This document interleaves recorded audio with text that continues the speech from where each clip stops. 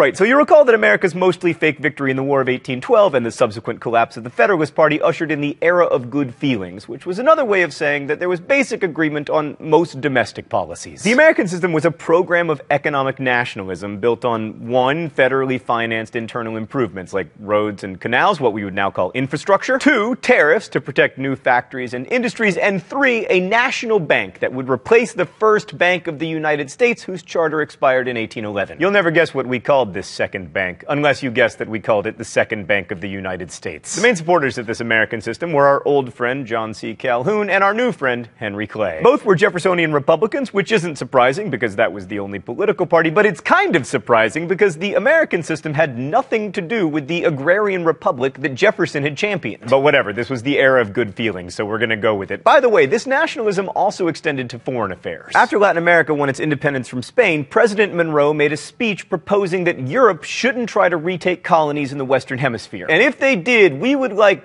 do stuff. This so-called Monroe Doctrine also said that the U.S. would stay out of European wars. Ha ha ha ha, that is hilarious! But we did live up to the other end of it. You'll remember that when the British came for the Falkland Islands, we were like, this shall not stand! Just kidding, we were like, go ahead. Right, so the last era of good feelings president was John Quincy Adams, who was quite the diplomat and expansionist. He actually wrote the Monroe Doctrine, for instance. But in fact, it turns out that all feelings were not good. There was significant disagreement over 3 main issues. First, many people felt that the federal government shouldn't invest in infrastructure. Like James Madison, who'd initially supported those bills, ended up vetoing one of them that included a big spending increase to finance roads and canals. Now, the roads and canals did get built, but in the end, most of the financing fell to the states. There were also big problems with the Second Bank of the United States, which, is why you cannot visit a branch of it these days, but we'll get to that in a minute. And lastly, there was the perennial issue of slavery. In this case, the problem started, as so many problems do, in Missouri. So in 1819, Missouri had enough people in it to become a state, but despite the fact that there were already more than 10,000 slaves there, a New York congressman named James Tallmadge made a motion to prohibit the introduction of further slaves into the proposed state. It took almost 2 years to work out the John C. Calhoun storm that blew up after this. Actually, it took more than that. It took until the end of the Civil War, basically. But in the short run, Missouri was allowed to enter the Union as a slave state, while Maine was carved out of Massachusetts to keep the balance of things. But the Missouri Compromise also said that no state admitted above the 3630 line of latitude would be allowed to have slaves, except, of course, for Missouri itself, which, as you can see, is well above the line. Anyway, this solution to westward expansion worked out magnificently, provided that you enjoy civil wars. So Thomas Jefferson, who, by the way, was still alive, which gives you some context for how young the nation truly was,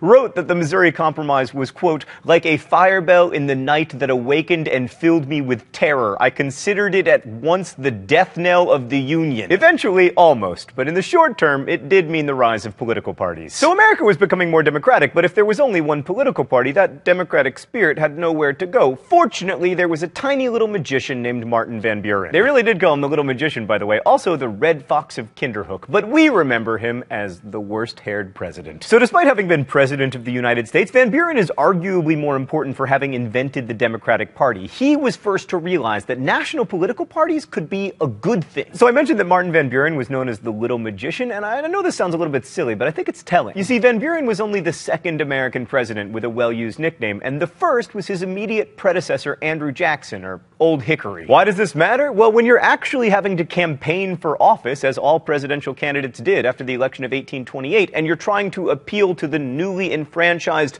common man, what better way to seem like a regular guy than to have a nickname? I mean, if you think this is crazy, just think of the nicknames of some of our most popular presidents. Honest Abe, the Bull Moose, the Gipper. Even our lesser-known presidents had nicknames. Young Hickory, Handsome Frank, Old Rough and Ready, Big Steve. James Buchanan, and I am not making this up, was Old Public Functionary. Who are you gonna vote for? Oh, I think the Old Public Functionary. He seems competent. As it happens, he wasn't. So by now you're probably wondering, where does Andrew Jackson fit into all of this? When we last caught up with Jackson, he was winning the Battle of New Orleans shortly after the end of the War of 1812. He continued his bellicose ways, fighting Indians in Florida, although he was not actually authorized to do so, and became so popular from all of his Indian killing that he decided to run for president in 1824. The election of 1824 was very close, and it went to the House, where John Quincy Adams was eventually declared the winner, and Jackson denounced this as a corrupt bargain. So in 1828, Jackson ran a much more negative campaign. One of his campaign slogans was "Vote for Andrew Jackson, who can fight, not John Quincy Adams, who can write." Adams supporters responded by arguing that having a literate president wasn't such a bad thing, and also by accusing Jackson of being a murderer, which, given his frequent habit of dueling and massacring, he sort of was. So as you can see, the quality of discourse in American political campaigns has come a long way. Anyway, Jackson won. Jackson ran as the champion of the common man, and in a way he was. I mean, he had little formal schooling, and in some ways he was the archetypal self-made man. Jackson's policies defined the new Democratic Party, which had formerly been known as the Jeffersonian Democratic Republican. So who were these new Democrats? Well, generally they tended to be lower to middle class men, usually farmers, who were suspicious of the widening gap between the rich